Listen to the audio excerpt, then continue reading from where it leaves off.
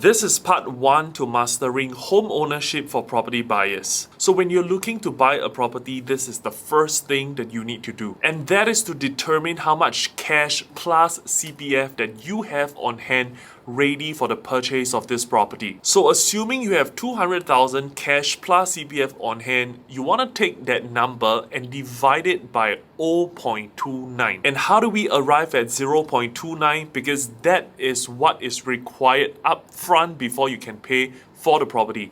25% of down payment and 4% of stamp duty. So 200,000 divided by 0.29, the number would be $689,000. And this number is known as your maximum purchase price. It means based on what you currently have ready for the upfront payment, this is the maximum price tag that you are able to afford.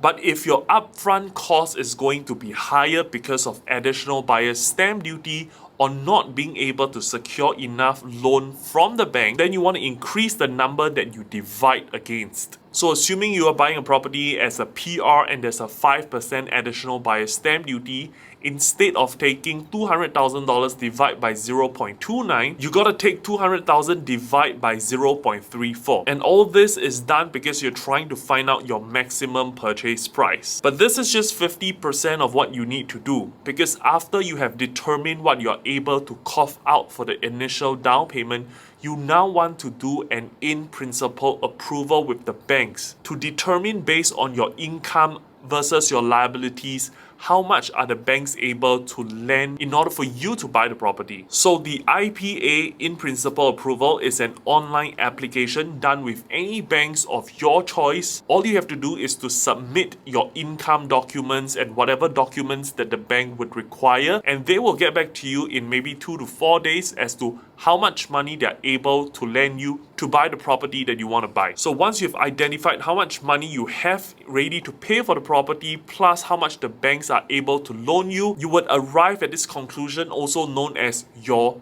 budget. And with this, we're going to move on to part 2. But before we move on, if you're still watching this video, I'm going to give you a bonus tip. A lot of property marketers out there like to sell on this concept known as return on equity. For example, you put $100,000 into the property and the property appreciates in value by $100,000.